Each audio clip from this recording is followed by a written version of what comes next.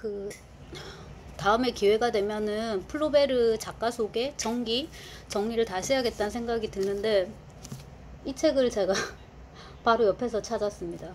보시다시피 굉장히 두툼하고요. 플로베르가 이제 처음부터 되게 이게 공들여 쓴 작품인 것 같은데, 이게 이제 시즌이 아닌 거지. 이런 소설, 이런 작품 안 읽으니까 이게 소설이 아닙니다. 그러니까 극작인데요. 이렇게 시작을 해요. 그래서 이제 그 성 안뚜아느가 이게 세인트니까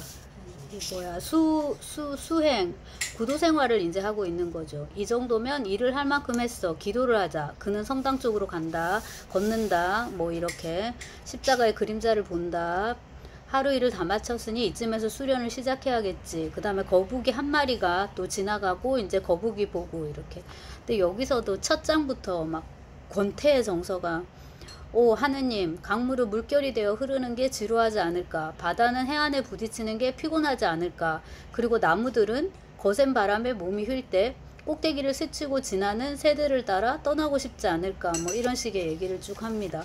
그리고 제가 보니까는 제가 한 100쪽 정도를 읽었더라고요.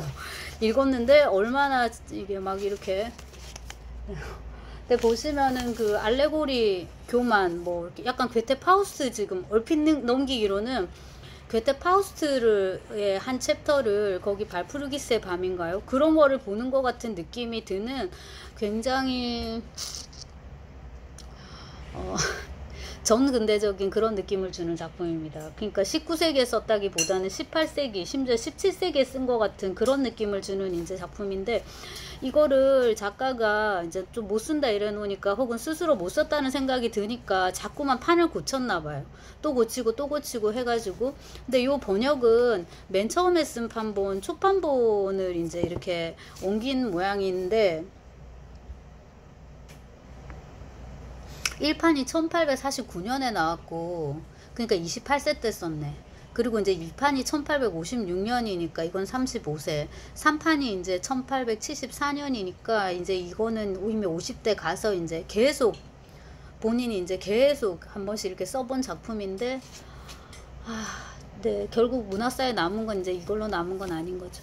하지만 이제 이런 시도가 없었다면은 보바리 부인 같은 것도 나오지 않았을 것이고, 이러저러한 시도를 하는 중에 나한테 제일 잘 맞는 장르가 뭔지를 이제 알게 되는 거거든요. 그러니까 그 삽질의 과정이 없이는 아무것도 건져 올릴 수 이제 없다는 거고, 그 다음에 제가 이걸 꼼꼼하게 안 읽어서 뭐 말을 못 하겠지만, 이게 더 잘 썼다 할 수도 있을 거예요. 하지만 또 시대가 원하는 작품, 또 시간이 더 흘러서 미래 세대가 원하는 작품, 이제 더 선호하는 작품, 이런 게 있단 말이에요. 근데 그게 이제 이 작품이 아니라 보바리 부인이다라는 거고요. 지금 이 책을 어제 저녁에 찾아서 그런데 여기 연보가 굉장히 자세합니다. 자세하고, 지금 이거를 정리를 할 시간은 이제 없는데, 보니까는 중간중간 자료를 다 이렇게 이제 인용을 해놨어요. 예를 들자면은 이제 1844년에 그 뇌전증 같은 그런 발작을 이제 일으켰다고 했잖아요. 그거에 대해서 이제 기스타프 플로베르 자신이 이제 쓴 게, 사열하고 나서 의식을 회복했나봐요. 근데 머리에 피가 몰렸고 신경교란을 동반한 경미한 뇌출혈로 쓰러지고 말았어. 지금 내 상태는 최악이야. 아무것도 아닌 자극에도 온 신경이 바이올린 줄처럼 전율하고 무릎과 어깨와 복부가 나뭇잎처럼 바르르 떨려. 뭐 이런 것들. 그 밖에도 계속 이제 이런 발작들이 플로베르를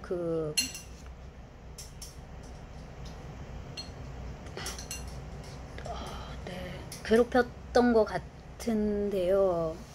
뇌출혈이나 히스테리성 신경증이라기보다는 이제 요건 아마 사르트르가 이렇게 얘기를 했던 모양인데, 그게 아니라 이제 그 당시의 기록을 토대로 해서 오늘날의 이제 그 전문의들, 의학자들이 이제 이렇게 뭐라고 할까, 추론하는 거죠. 공룡 발자국 보고서, 화석 보고서, 그 당시에 공룡의 그거 생태를 우리가 제구하듯이 보니까 언어장애와 시각장애를 동반하며 경련을 일으키는 왼쪽 대뇌의 후두 측부 손상에 따른 간질 쪽에 무게가 실리고 있다.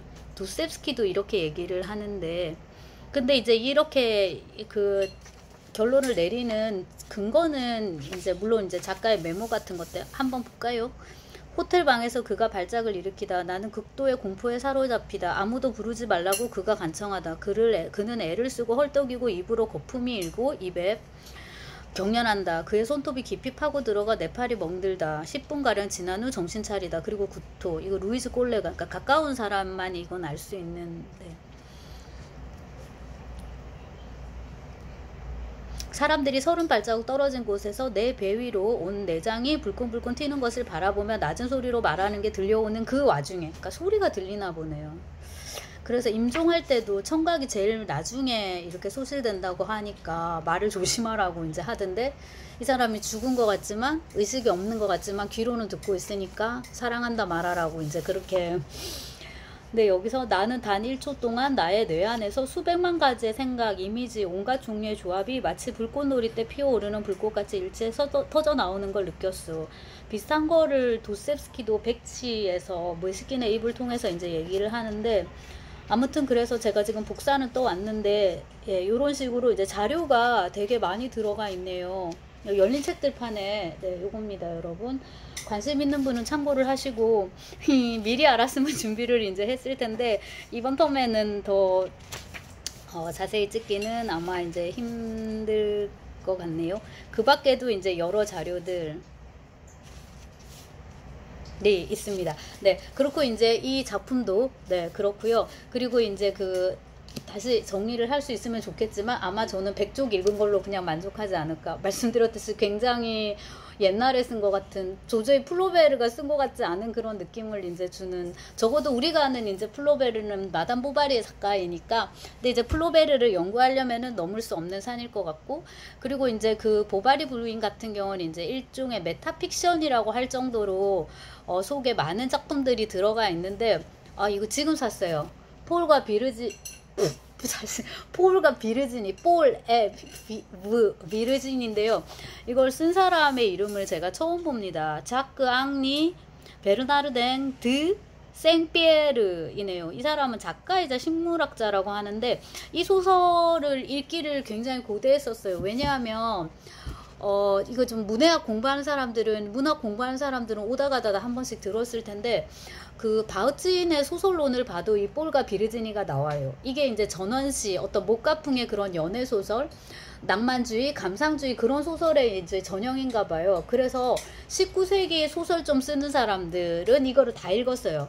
아마 그 다음에 이제 조르주 상드라든지 이런 소설들인데, 우리가 조르주 상드도 사실 요즘 읽지 않잖아요. 근데 엠마 보바리가 어릴 때 이제 탐독하는 작품 중에 하나가 이거예요. 그 다음에 이제 월터 스콧의 역사소설.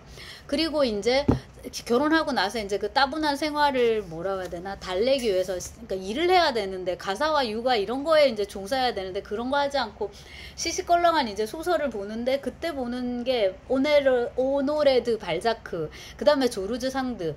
근데 이제 엠마 입장에서 생각하면은 거의 동시대 소설을 이제 읽는다고 할 수 있겠죠.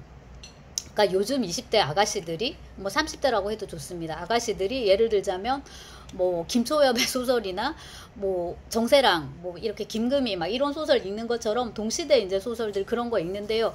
아무튼 이제 그 엠마에게 어떤 낭만주의, 그런 전원식, 연애 뭐 이런 거에 대한 환상을 심어주는 대표적인 소설. 근데 지금 제가 읽지 않아서 더 자세한 말씀 못 드리는데, 이렇게 헐렁헐렁 해가지고 요것은 제가 스킵을 해서라도 빨리 볼 수 있을 것 같습니다.